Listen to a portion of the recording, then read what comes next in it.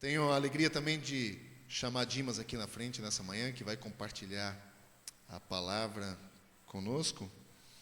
Quero orar por ele. Bom ter. O nome dele, na verdade, é Dietmar, mas é Dimas. É isso mesmo. Igual o meu é Friedholt, mas vocês não vão querer falar isso, nem eu quero ouvir. Então, Frido. Então, temos quase, dadas as devidas proporções, mesma coisa aí na vida com relação a nomes. É mesmo fardo. Tá bom, é bom ter você aqui. Deixa eu me orar antes. Querido Deus, é um prazer ter Dimas e Joel em nosso meio nessa manhã. Ter Dimas compartilhando a tua palavra aqui. Eu peço que o Senhor o use como instrumento em tuas mãos. Que ele possa ser o vaso de barro, mas um vaso onde tua graça e o teu poder se manifestam. Então, nesse dia, nós entregamos ele em tuas mãos, pedimos que ele tenha liberdade em nosso meio e que possa falar aquilo que o Senhor colocou no coração dele para as nossas vidas. Muito obrigado nessa manhã, em nome de Jesus agradecemos, amém. Obrigado. Bom dia. Essa bola aqui tem uma função específica? Posso deixar aqui, tá? A gente nunca sabe, né? Cada igreja tem a sua tradição, então a gente tem que ter muito cuidado e não mexer em algumas coisas aí que fazem parte da vida da igreja. O pastor Klaus, que é o meu colega lá em São Paulo, ele falou: Dimas, se você chegar lá, mande um abraço, saudações do Klaus, como presidente da CIELB, mas também da Igreja Evangélica Livre. Nós temos a igreja que se chama Capela, né, Capela do Redentor, que é a igreja mãe lá em São Paulo, e temos uma plantação de igreja no Real Parque, que é um trabalho com uma comunidade mais carente. Eu e minha esposa estamos à frente desse trabalho, então sentimos uma grande alegria poder também compartilhar. Eu, como diretor do CETIEL, eu também estou bastante fora, né, da igreja lá, visito outras igrejas, e o meu desejo é realmente ser um encorajamento. Meu sonho é criar uma infraestrutura mais forte entre as igrejas, para fortalecer a identidade evangélica livre aqui no Brasil, que é uma convenção pequena, né? E o pessoal lá de vocês provavelmente estão reclamando um pouco assim: poxa, estamos meio isolados, longe. Mas imaginam o pessoal lá de Recife, né? Que estão bem mais longe, é mais difícil para eles participarem das atividades. Então a gente já conhece esse desafio. E nós tivemos ontem à noite uma reunião justamente com a liderança para, né, fortalecer esse elo, esse vínculo, e a gente quer dar continuidade a isso. Vamos estar também em Niterói, hoje à tarde, hoje à noite, com o mesmo objetivo, né, de fortalecer esses laços que já existem há um bom tempo. Eu queria compartilhar com os irmãos uma história que eu acho bem conhecida, muito interessante, que falou bastante comigo. Vamos abrir a Bíblia em João 5. Uma história, eu gosto muito de compartilhar encontros que Jesus tem com pessoas, porque esses encontros sempre têm um impacto muito forte. Nem sempre a reação é a mesma, é positiva, mas sempre quando Jesus toca a vida de uma pessoa, há uma posição, uma postura bem clara. Jesus não deixa as pessoas em cima do muro, ele convida a descer do muro. E talvez isso, aqui a história de João também seja um convite para a gente, talvez, descer do muro. Queria fazer a leitura a partir do versículo 1, dessa história em que Jesus impacta a vida de um paralítico. Jesus acabou de fazer um milagre de um filho de um oficial, e ele então procede para outro encontro com uma pessoa carente, uma pessoa que precisa desse toque de Jesus. Vamos ler então João 5, a partir do primeiro versículo, que diz assim: Algum tempo depois, Jesus subiu a Jerusalém para uma festa dos judeus.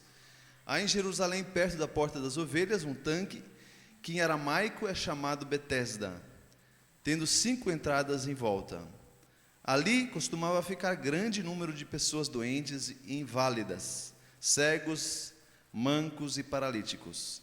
Eles esperavam um movimento nas águas. De vez em quando descia um anjo do Senhor e agitava as águas. O primeiro que entrasse no tanque, depois de agitadas as águas, era curado de qualquer doença que tivesse. Um dos que estavam ali era paralítico, fazia 38 anos. Quando o viu deitado e soube que ele vivia naquele estado durante tanto tempo, Jesus lhe perguntou: você quer ser curado? Disse o paralítico: Senhor, não tenho ninguém que me ajude a entrar no tanque quando a água é agitada. Enquanto estou tentando entrar, outro chega antes de mim. Então Jesus lhe disse: levante-se, pegue a sua maca e ande. Imediatamente o homem ficou curado, pegou a maca e começou a andar. Isso aconteceu num sábado, e por essa razão os judeus disseram ao homem que havia sido curado: hoje é sábado, não lhe é permitido carregar a maca. Mas ele respondeu: o homem que me curou me disse, pegue a sua maca e ande. Então lhe perguntaram: quem é esse homem que lhe mandou pegar a maca e andar? O homem que fora curado não tinha ideia de quem era ele, pois Jesus havia desaparecido no meio da multidão. Mais tarde, Jesus o encontrou no templo e lhe disse: olhe, você está curado, não volte a pecar, para que algo pior não lhe aconteça.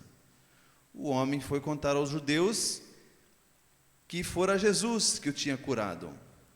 Então os judeus passaram a perseguir Jesus porque ele estava fazendo essas coisas no sábado. Disse-lhe Jesus: meu pai continua trabalhando até hoje e eu também estou trabalhando. Por essa razão os judeus mais ainda queriam matá-lo, pois não somente estava violando o sábado, mas também estava dizendo que Deus era seu próprio Pai, igualando-se a Deus. Essa história é bastante interessante, e quando nós lemos essa história, talvez a gente passa rapidinho e perde uma pergunta central nessa história. Eu, na verdade, queria chamar a atenção dos irmãos a essa pergunta no versículo 6. Jesus faz uma pergunta meio estranha, meio desnecessária. Qual é essa pergunta? Jesus pergunta: você quer ser curado? Isso é óbvio. Imagina, o versículo diz: Jesus via ele, sabendo que ele estava nesse estado de enfermidade há 38 anos. E aí Jesus perde o tempo para fazer essa pergunta óbvia. A gente podia pensar: por que Jesus faz essa pergunta? E você e eu, quando a gente lê esse texto, a gente fica com pena desse coitado. Mas eu creio que quando a Bíblia, quando Deus conta uma história e permite que a Bíblia relata uma história, eu creio que sempre Ele, através do Espírito Santo, Ele quer chamar a nossa atenção para refletir, criar um link, uma ponte entre aquilo que acontece na vida da pessoa, a interação entre Jesus e essa pessoa, e o que isso tem a ver com o meu relacionamento com Jesus. Então, talvez, essa é a minha oração, através desse texto, Jesus possa igualmente ter bater um papo comigo e com você, ter um encontro pessoal, e que essa mensagem aqui possa realmente tocar a você e eu, porque muitas vezes a gente vê a pessoa.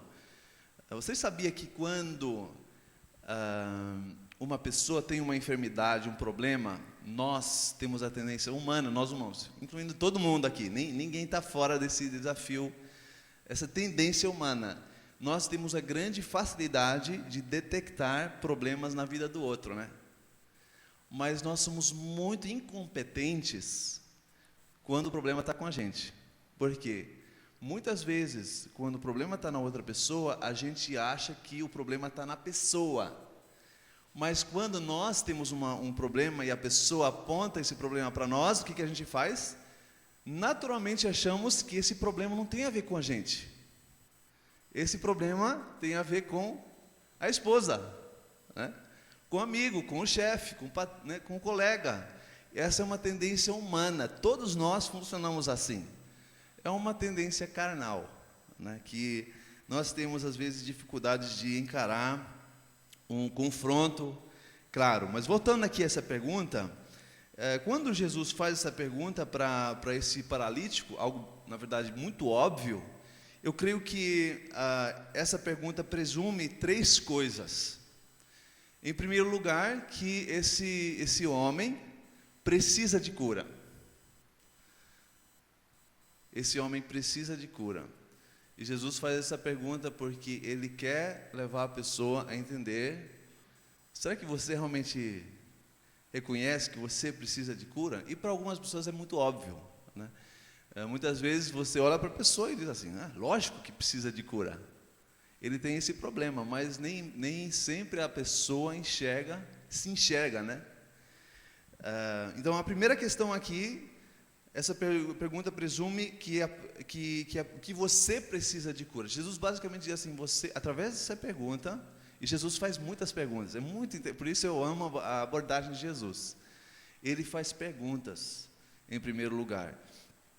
E a segunda implicação dessa pergunta é que Jesus quer deixar claro para a pessoa: você tem o poder da escolha. Você pode escolher ser curado ou não. E a terceira, então, você tem o poder da escolha. E a terceira questão dessa pergunta é: você pode escolher não ser curado. Existe a possibilidade do homem dizer assim: não. Há uma resposta, poderia ser Jesus perguntando para o cara: você quer ser curado? E o cara diz assim: não. Jesus fazendo essa pergunta, essa é uma opção. Ele poderia dizer, e é interessante, eu queria levar vocês através desses três aspectos dessa pergunta, porque tem muito a ver com a gente também. Então, a primeira questão aqui, quando Jesus faz essa pergunta, ele basicamente quer levar a pessoa a dizer assim: eu preciso de cura, eu preciso trabalhar algo em minha vida. Por que Jesus faz essa pergunta? Porque às vezes nós não vemos a necessidade de sermos curados. Nós muitas vezes não nos enxergamos como carentes de transformação na nossa vida. E é interessante, existem muitos tipos de paralisia. A primeira é óbvia, visível, é a física. Nesse caso, é física, mas lá no final da história, a gente vê que Jesus via a dimensão espiritual, ou seja, o problema do pecado na vida da pessoa. Então é interessante quando Jesus, ele atua na vida da pessoa, ele sempre enfrenta a pessoa como pessoa integral, nunca parcial, nunca departamentos, mas ele nos vê, ele nos enxerga. Ele foi o que nos criou, participou da criação, então ele sabe como a gente funciona. Então, existem vários tipos e condições de paralisia. A nossa maneira de viver é que nós normalmente desenvolvemos hábitos, padrões de conduta, dependendo das circunstâncias que a gente enfrenta na vida. Por exemplo, você pode dizer: eu sou assim porque eu fui criado dessa forma. Criação. Você pode dizer assim: não, eu sou assim porque eu passei por esse tipo de escola. Porque eu morei nesse bairro, nesse contexto. Então nós somos formados baseado no como nós respondemos a influências, a ambientes, a pessoas na nossa vida. Isso é que nos forma. E muitas vezes nós então desenvolvemos um conceito de nós mesmos, só que a gente começa a não enxergar, baseado naquilo que eu falei no começo, nós temos a tendência de não enxergar um problema em nós, mas sempre olhar para o outro. Adão, né? O síndrome de Adão. A gente sempre bota a culpa no outro pelo quem nós somos. E a pergunta é por que nós temos a dificuldade muitas vezes de enxergar enfermidades na nossa vida? Uma dificuldade é que nós temos a tendência de controlar a nossa imagem. Nós somos maestros de administrar impressões. Você e eu. Você não vai sair dessa não, porque você, durante o seu crescimento, você desenvolveu um mecanismo, sistema de sobrevivência. E o homem natural, mesmo sendo convertido, tendo esse novo nascimento, esse processo de transformação, ele é contínuo, ele vai até a gente partir dessa vida. E nós, querendo ou não, sendo consciente ou não, nós desenvolvemos durante o nosso crescimento alguns sistemas de como nós então reagimos às circunstâncias na nossa vida. E uma delas é mostrar algo que nós queremos ser, mas não necessariamente quem nós somos. Então nós temos essa tendência de administrar a impressão, nós queremos controlar a maneira como pessoas nos veem. A grande preocupação de todos nós é como é que o outro me enxerga, qual a impressão que eu estou dando. Algumas pessoas mais do que outras, né? Algumas pessoas, é muito triste, eles vivem em prol disso.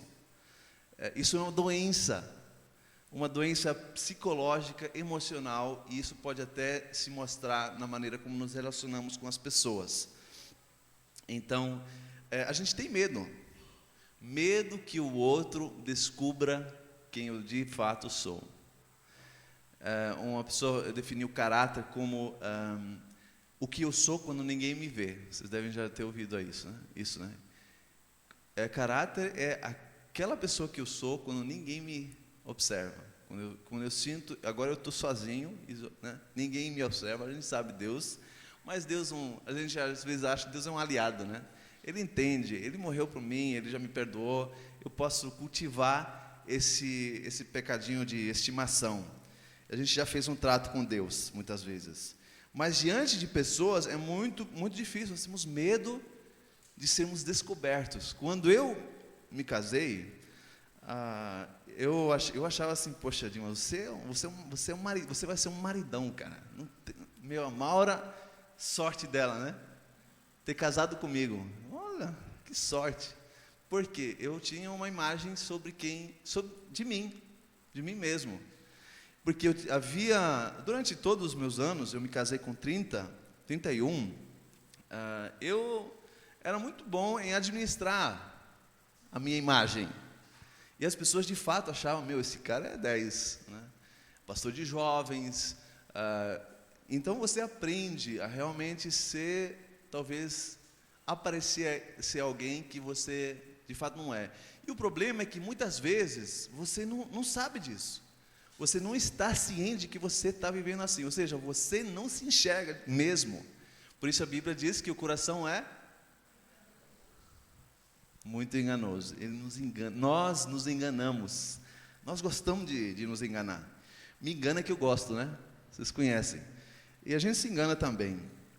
Quando eu me casei com a Maura, aí eu entrei em pânico, né?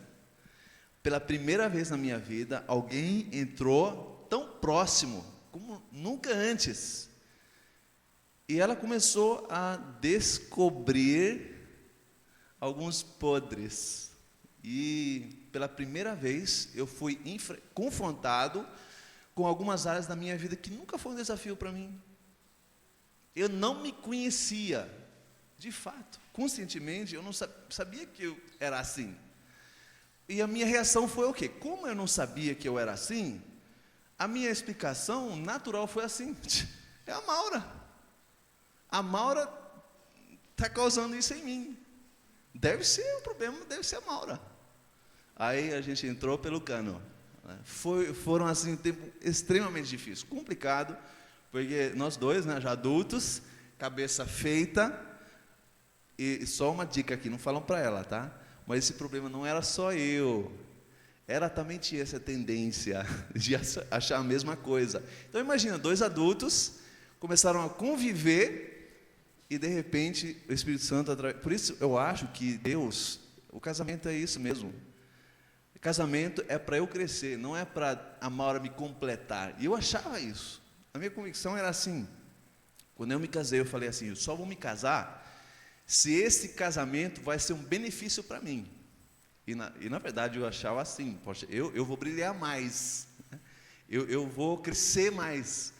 E aí eu percebi, caiu a ficha, foi duro mesmo, de eu dizer: poxa, eu acho que o propósito do casamento é diferente, né?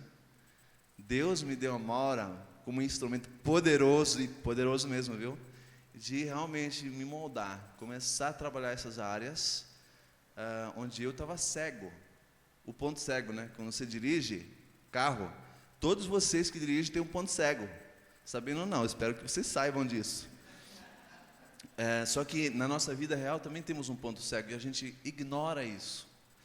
Às vezes a gente não é ensinável. E outras pessoas vêm, ó, Dimas é assim, tem esse problema. Eu digo, não, imagina, eu não. Então nós temos essa tendência de querer controlar a nossa imagem. E para controlar a nossa imagem, a gente começa a controlar pessoas. Aí que começa o abuso, né? Nós começamos, para sobreviver, para manter a nossa imagem, eu preciso mudar a Maura. Aí eu começo a administrar, eu começo a explicar para ela porque ela está errada, porque a visão dela está errada, que na verdade o problema não é meu, o problema é dela. E gente, eu explicava para ela: olha, antes eu não tive esse problema, antes eu era um santinho, então você é um problema, e era difícil explicar isso para ela. Então, naturalmente nós começamos a controlar outras pessoas. É uma tentativa frustrante. E por isso a maioria dos casamentos se desfazem. Não tem futuro. Porque ninguém permite. Imagina, eu me casei para ser feliz. E quem me vai fazer feliz é a minha esposa. Então é complicado. Muitas vezes isso não dá certo. Não, mas 100% não dá certo. Ou vai ou racha. Ou você se separa ou você realmente topa esse desafio, né? Infelizmente, na comunidade cristã, muita gente finge, muita gente mente. E depois eu vou entrar nessa questão ainda. Quando você não consegue controlar uma pessoa, aí entra o próximo, o plano C, né? Que é você controlar os problemas. Você tentar limitar o estrago. Aí você, de repente, né, não vem mais tanto para a igreja. Porque, poxa, imagina se de repente o pastor perceber que o meu casamento não está bom, e não posso mais talvez ministrar no louvor, ou fazer qualquer tipo de ministério. Então a gente começa a tentar controlar os nossos problemas. O quanto mais a gente tenta controlar, mais eles explodem, mais eles pipocam. Isso exige muito esforço. E com tudo isso, de repente, a gente se dá conta de uma dor muito profunda. E o pior é que a gente tenta administrar, controlar essa dor. Então, na verdade, é um ciclo vicioso, que é uma espiral que vai lá para o fundo. A gente chega lá no fundo do poço. Então, a gente começa a esconder, negar, evitar, adiar, né, a tratar os problemas. E muitas pessoas andam por aí anestesiados, né? Não sentem mais, se tornaram meio realmente anestesiados, né? Você toca a pessoa, não sente mais, você fala com ela, ela responde, mas é tudo superficial, você não consegue mais ter comunhão, conviver com essa pessoa. E isso leva a uma grande frustração. Hoje a grande epidemia no mundo é a depressão. E aí os médicos, né, os psiquiatras, dão um remédio e começam a tratar do problema? Não, do sintoma. E aí a gente acumula mais um problema, que é o vício, dos medicamentos. Então não há solução quando nós não estamos cientes de que nós precisamos de cura. Eu acho que todos nós aqui precisamos de cura, porque nós somos humanos. Ninguém aqui é perfeito, ninguém aqui é santo, tá? Se alguém estiver santo aqui, aí já se prepara, porque Deus já vai te levar, né? Perfeição não existe, não combina com essa realidade. Então, todos nós precisamos de cura. E Jesus faz essa pergunta, talvez para mim e para você, hoje de manhã. Você precisa de cura? E aí, talvez eu e você precisamos sentar e fazer uma avaliação. Porque as enfermidades, as dores que nós sentimos, são uma luz de advertência, onde Deus quer, né, que a gente enxergue essa luz e diz assim, poxa, talvez eu precise tratar. Talvez eu preciso realmente refletir sobre como é que eu estou. Se nós não estivermos prontos para admitir, nós não temos solução. O nosso problema vai continuar e vai piorar. Então, talvez, um passo para a cura é fazer um inventário moral, um inventário pessoal.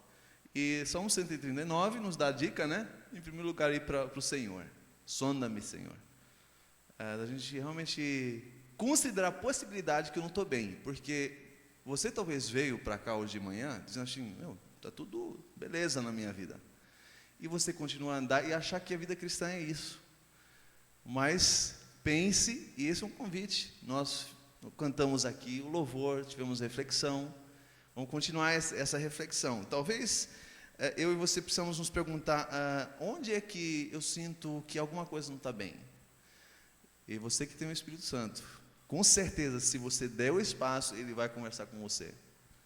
O Espírito Santo conversa com a gente, só que a gente tem uma vida tão corrida, não tem tempo, e a gente vai levando, cansados, sobrecarregados, com muita dor. Do que sinto culpa? Às vezes a gente carrega um sentimento de culpa e a gente não consegue identificar de onde que vem esse sentimento de culpa, de onde que vem. Talvez você pode realmente olhar para o seu corpo, porque o corpo dá alguns sintomas. O que o meu corpo está me falando? O que o meu corpo está me dizendo? Já pode ser uma mensagem que o próprio corpo está sinalizando, está enviando. O que estou sentindo, meus sentimentos, ser honestos conosco mesmo. Como é que está o meu relacionamento com a pessoa que está mais próximo de mim? Um indício, tem uma coisa errada. Eu estou doente, eu preciso de cura. Qual o meu hábito de conversar com Deus no nosso dia a dia, no meu dia a dia? Então, a primeira questão, quando Jesus faz a pergunta, você quer ser curado? Ele diz, talvez, uma dica ali, você talvez precisa realmente de cura.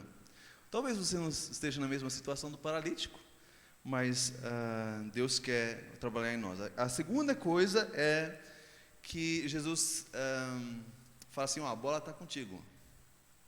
Você tem o poder da escolha. Você pode escolher. O Espírito Santo não invade, ele mora em nós, mas ele não vai invadindo os quartos, né? Ele quer o espaço, por isso não adianta você cantar e orar, eu quero mais de Deus. Isso é uma bobagem cantar isso. Por quê? Porque Deus está 100% em nós, Ele já habita em nós, 100% de Deus está em nós, não 20%, eu preciso de um pouco mais, não, Ele quer mais espaço de nós. Ele não precisa mais espaço de Deus, Ele quer mais espaço, e Ele nos convida, Ele diz, você tem o poder de escolher, você é com você. De onde é que vem essa resistência, talvez, de querer tratar em algumas questões? Você pode dizer, são os cromossomos, é a genética, né? É o meu jeito, é assim que eu sou. Pode ser que você culpa as circunstâncias. Tá difícil, né? Se você tivesse na minha situação, aquilo que eu estou passando, tenha dó, né? Então, às vezes a pessoa nós começamos a olhar circunstâncias e colocar a culpa nas circunstâncias.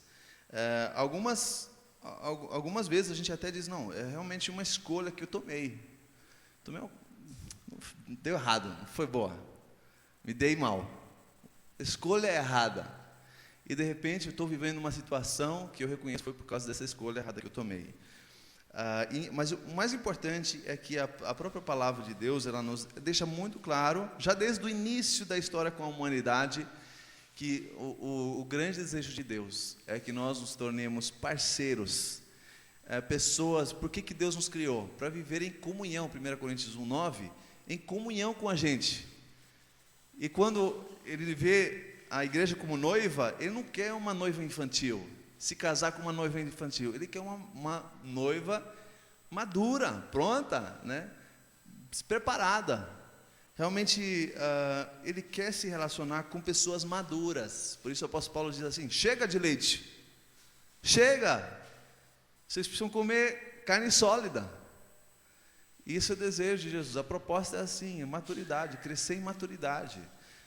Porque maturidade, uma forma da gente identificar maturidade numa pessoa, é a gente olhar as escolhas que a pessoa faz, e ver se a pessoa é capaz de assumir responsabilidade por essas decisões. Isso é maturidade. Você não dá responsabilidade para um bebê. O bebê é totalmente, 100% dependente de você, né? Aqueles que são mães aqui, pais, sabem disso. Agora, um adolescente, naturalmente, vai querer ter mais liberdade. E quanto mais liberdade você vai recebendo, você vai criando, mais responsável você é. Os dois andam juntos, não tem isso. Só que muitas pessoas crescem, se tornam idosos e não necessariamente são maduros, né? É triste ver idosos ou pessoas maduras totalmente irresponsáveis, não tem maturidade. Então, o objetivo realmente, com essa escolha que Deus nos dá, que inclui a liberdade que nós temos com essa responsabilidade e a necessidade de prestação de contas. Às vezes eu me pergunto, poxa, por que tanta gente vai para essas megas igrejas? É claro, talvez é por causa disso, não quer crescer, não quer prestar contas, só quer estar ali consumindo, né? O leite, a vida fácil, o consumismo, talvez seja esse um motivo. Existem várias implicações. Por que nós estamos vivendo da maneira como a gente vive? É porque nós tomamos escolhas e o pior é que a gente não assume responsabilidade por isso. A gente tem sempre um culpado. Enquanto a gente acha um culpado, a gente não cresce. Não há tratamento para a nossa enfermidade. A terceira questão, a primeira questão, quando Jesus pergunta, você quer ser curado? Ele diz assim, talvez você precisa de cura. Segunda questão é, você é responsável, você tem o poder da escolha. E a terceira questão, vocês lembram qual foi? Você pode decidir, não quero. Mas você pode ser, mas imbecil, cara, 38 anos, de jeito nenhum ele vai dizer não. Ele está sentado no tanque. Eu poderia até explicar agora por que se move, né, o tanque. Existe uma explicação, depois o Frido explica. Não existe, realmente, historiadores falavam que o tanque se movia também, o tanque, o lago Siloé, se movia por causa das fontes. Elas, às vezes, deram um impulso, ou as canalizações, que às vezes, realmente, até o Siloé, eu acho que 3 a 5 vezes se movia. Então, não é algo mágico, mas isso pode ser comprovado. Antigamente podia, hoje não mais, ser comprovado. Existe relatos disso. Nós não sabemos, né, se Deus realmente usou isso para promover cura.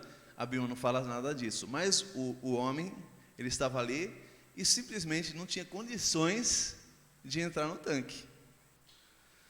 Agora, a pergunta que Jesus faz aqui, ele faz porque ele sabe que nós temos a tendência de boicotar esse processo de restauração. Isso é verdade. Por que nós, às vezes, não crescemos, não mudamos em nossa vida? É porque a gente não precisa mudar? Não.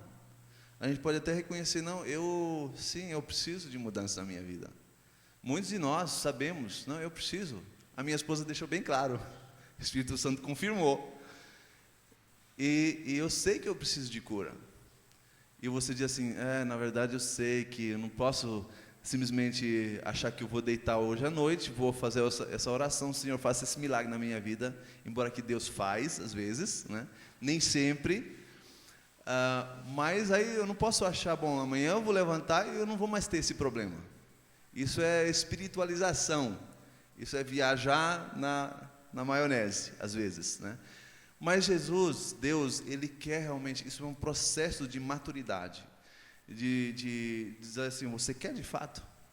E o que Jesus talvez perguntou para ele, e pergunta para nós aqui, basicamente com essa pergunta, você considerou o preço que você precisa pagar, se você topar esse processo de mudança? Você considerou o preço? Você está disposto a encarar, né, talvez a dor, para experimentar essa restauração? E são perguntas bem difíceis para nós, porque nós temos a tendência assim de boicotar transformação na nossa vida. Existem vários motivos. Um é que nós somos assim. Nós estamos muito familiarizados com a forma como nós somos. É natural. Então é bom. A gente se acostumou com eu sou, com os nossos hábitos, com o nosso estilo de ser, maneira de ser, que eu digo assim, mas é tão gostoso ser eu. É confortável. Eu me acostumei agora. Já tantos anos que eu estou com essa enfermidade, me acostumei. Consigo viver. Exatamente, esse é outro ponto que eu queria mostrar. E esse é o próximo ponto. Uma vez, a gente, embora que esse processo seja autodestrutivo, nós sofremos com a enfermidade, mas os ganhos são maiores. Os benefícios que a gente acha que a gente tem são maiores. Então existem, para uma pessoa, talvez hoje em dia, que estivesse nessa situação do paralítico, existem alguns benefícios de estar paralisado em algumas áreas da nossa vida. Um, por exemplo, é que constantemente alguém vai me ajudar. É bom receber toda essa atenção. E a pessoa quase se vicia disso. Eu estou enfermo, todo mundo me ajuda, especialmente na igreja, né? A expressão desse amor, poxa, é cômodo receber toda essa, é gostoso receber toda essa ajuda. E agora você imagina, poxa, se eu não estiver mais paralisado nessa área, de repente ninguém vai mais né, me dar atenção, vou ficar sozinho, coitado de mim. Outra questão pode ser, é difícil às vezes a gente assumir responsabilidade. Assumir responsabilidade inclui riscos, né? Alguém vai me cobrar. E é muito fácil a gente sempre poder colocar, não, a culpa está na minha enfermidade, a culpa é que o outro não me ajudou, né? Outro benefício é eu ficar da forma que eu sou, parado, porque eu posso sempre esperar que alguém me socorre. Eu vou receber ajuda do exterior, de alguém de fora. Então existem vários privilégios, né, que eu posso desfrutar, que eu acho talvez que é mais cômodo, mais fácil eu ficar da maneira que sou, porque se eu mudar eu vou ter que pagar um preço. Então muitas vezes isso mexe com essa questão de que eu talvez preciso abrir mão de poder continuar a ser a vítima, o coitadinho. E a gente se engana, mas muitas vezes o motivo da gente não mudar é por causa desses benefícios que a gente tem. E uma forma de a gente tratar isso, a gente se conscientizar desses benefícios. Porque, de novo, eu não quero que alguém me culpe de algo que eu não enxergo, né? E muitas vezes é assim, a pessoa vem para você, para mim, diz assim, isso está errado. E você, seriamente, assim, você jura diante de Deus que você não é assim. Por quê? Porque é um ponto cego. Porque a gente simplesmente não vê isso. Então temos que ter muito cuidado quando a gente aborda a pessoa, para mostrar a pessoa. Por isso eu amo fazer perguntas, como Jesus fez. Vamos aprender a ouvir mais, a realmente levar a pessoa a ela mesma se enxergar, a ela mesma descobrir a necessidade de cura. Isso muitas vezes exige que a pessoa precisa trabalhar com o orgulho, com a vergonha, com o sentimento de culpa, né, com a preocupação de implicações no relacionamento. E o diabo é outra questão. O diabo, mostrei um vídeo lá no Hell Park, que foi assim, o vídeo mostrou um cara lá em cima do muro, e num lado estava Satanás e os demônios, e no outro lado estava a igreja, o Espírito Santo, a igreja, e os anjos e Jesus. E aí o cara estava em cima do muro, e de repente ele ouvia assim a igreja chamando ele: desce do muro, cara, você precisa descer do muro. E aí ele olhou para o outro lado, os demônios estavam quietinhos, olhando só para ele, assim, legal. Estranho, né? Por que a igreja se movimenta tanto? Estou aqui em cima do muro, não tô lá junto com os demônios, estou aqui em cima do muro. E no final do filme diz assim: o muro é do mal. Significa, e isso é bíblico, a gente ficar em cima do muro, na verdade, é uma escolha. Não escolher é uma escolha. Você não pode chegar diante de Deus e dizer assim: mas eu não escolhi, Senhor.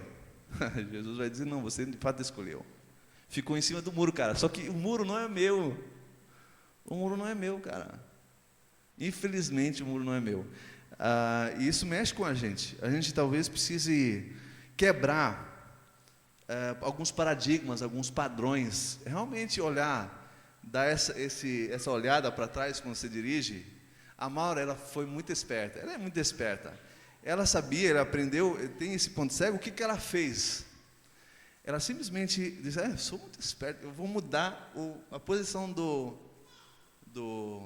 espelho. Matei o ponto cego. Aí de repente ela anda e diz: resolvi, não tem mais ponto cego. Aí ela quis colocar o carro, né, no estacionamento. De repente ela ouviu assim, e ela pensou: mas não vi, não tinha.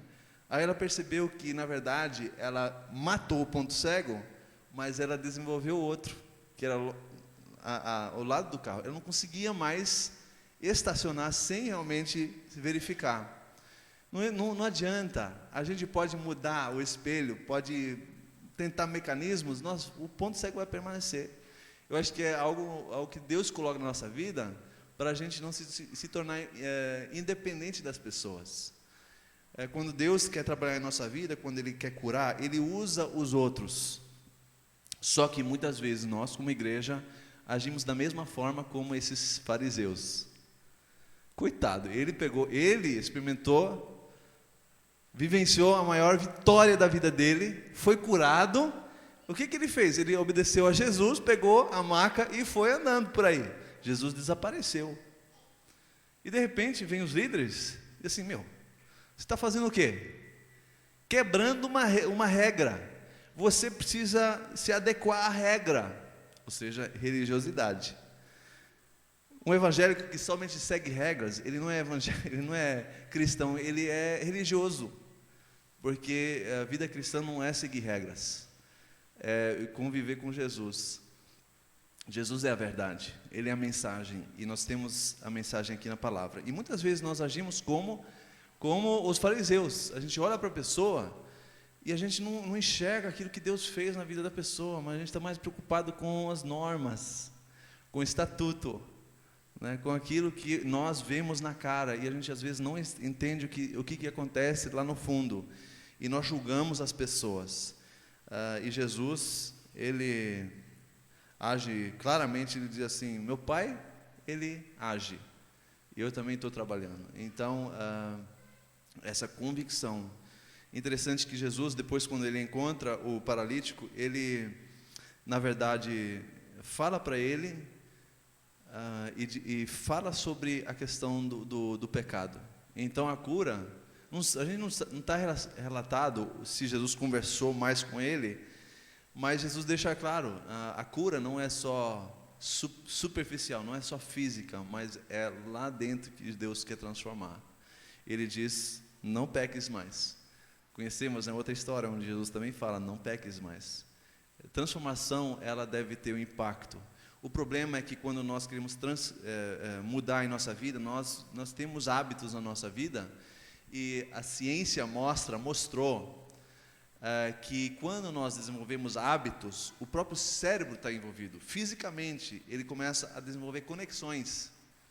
E se você realmente desenvolver um hábito forte na sua vida, por que é tão difícil você mudar?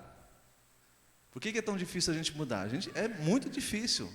Às vezes Deus faz um milagre, mas a maioria das vezes a pessoa que está viciada, a gente trabalha com drogados, é muito difícil. Por quê? Porque exige paciência, exige realmente uma determinação, que é um processo. Porque o próprio cérebro, Deus nos fez assim, ele precisa ser reformatado. Você sabe quanto tempo demora isso? Dizem que demora 5 anos, 3 a 5 anos, para o cérebro se reprogramar. Então imagina, como é que a gente age com as pessoas que estão no processo de cura? A gente dá uma semana, e aí a gente diz assim, cara, você precisa se arrepender de novo, cara, porque não dá não, né? E nós somos muito impacientes com aquilo que Deus opera na vida das pessoas. Nem sempre Deus faz um milagre assim.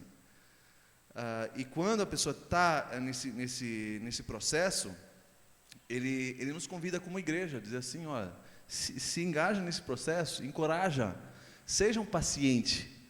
E quando você vê a sua vida, quanta paciência Deus tem com você, ou teve com você, comigo, para você ser quem você é hoje. Então vamos ter cuidado como igreja, para a gente não cair na do fariseu, de só ver o exterior, ter falta de paciência. Deus quer a transformação na nossa vida e na vida dos nossos irmãos, e Ele nos convida para participar desse processo, e muitas vezes Ele nos usa para chamar atenção, né? E isso é maravilhoso na família de Deus, no corpo de Cristo, que Deus, Ele poderia usar anjos, mas Deus ama, a preferência é usar a você e a mim no processo de transformação da pessoa. Então, que Deus possa usar essa palavra, né, esse encontro que Jesus teve com esse paralítico, para nos colocar talvez diante da mesma pergunta. Você quer ser curado? Pensando nessas 3 implicações. Eu preciso de cura. Eu topo. Eu tenho poder de escolha. Eu posso escolher. E eu posso também dizer não. E Deus respeita, né? Só que nós vamos ter que viver com as consequências disso. Senhor nosso Deus e Pai, queremos Te agradecer porque a Tua palavra é tão simples, ela é tão clara. Obrigado porque o Senhor nos envolve, o Senhor quer a nossa participação quando o Senhor age na nossa vida. Crescimento na nossa vida não é algo místico, mas é algo que tem a ver com o nosso dia a dia, com as nossas escolhas. E, Senhor, eu fico tão feliz que o Senhor nos respeita, que o Senhor nos fez assim. Embora que talvez seja difícil, um processo mais difícil, a gente quer tudo no micro-ondas. A fé micro-ondas é tão fácil, são promessas, é uma promessa muito boa, mas não é aquilo que o Senhor de fato quer. E queremos Te pedir, nos dê coragem, para reconhecermos as nossas áreas onde nós estamos paralisados. Nos dê, Senhor, a capacidade de assumirmos responsabilidade, de sabermos, sim, eu sou responsável, não vou botar a culpa no outro, não vou botar a culpa em Deus, nos meus familiares, na minha esposa, no meu marido, ou nas circunstâncias. E eu vou, Pai, eu vou assumir, e eu vou pagar o preço, eu vou dizer sim. E que possamos realmente calcular o preço, Senhor, antes de dizer sim, e na Tua dependência, realmente experimentar essa vitória em nossa vida, mudança na nossa vida, porque a gente sabe que sem o Senhor, sem o Espírito Santo, nada podemos fazer. E quero te agradecer, porque a tua palavra é tão simples. Ela fala de forma que nós podemos entender. E ela nos honra, ela nos respeita, ela nos dá valor. Mas também o Senhor não quer dividir a tua glória com outras pessoas. Que a nossa vida possa cada vez mais se tornar semelhante a Jesus, que é isso que é maturidade. Encarnarmos a verdade, vivemos a verdade, cada um da sua forma, como o Senhor nos fez. Muito obrigado, Senhor. E que nós, como família, como igreja, possamos aprender a se engajar nesse processo, ter paciência e realmente estender a tua graça, como nós recebemos a tua graça e a tua misericórdia em nossa vida. Em nome de Jesus oramos. Amém.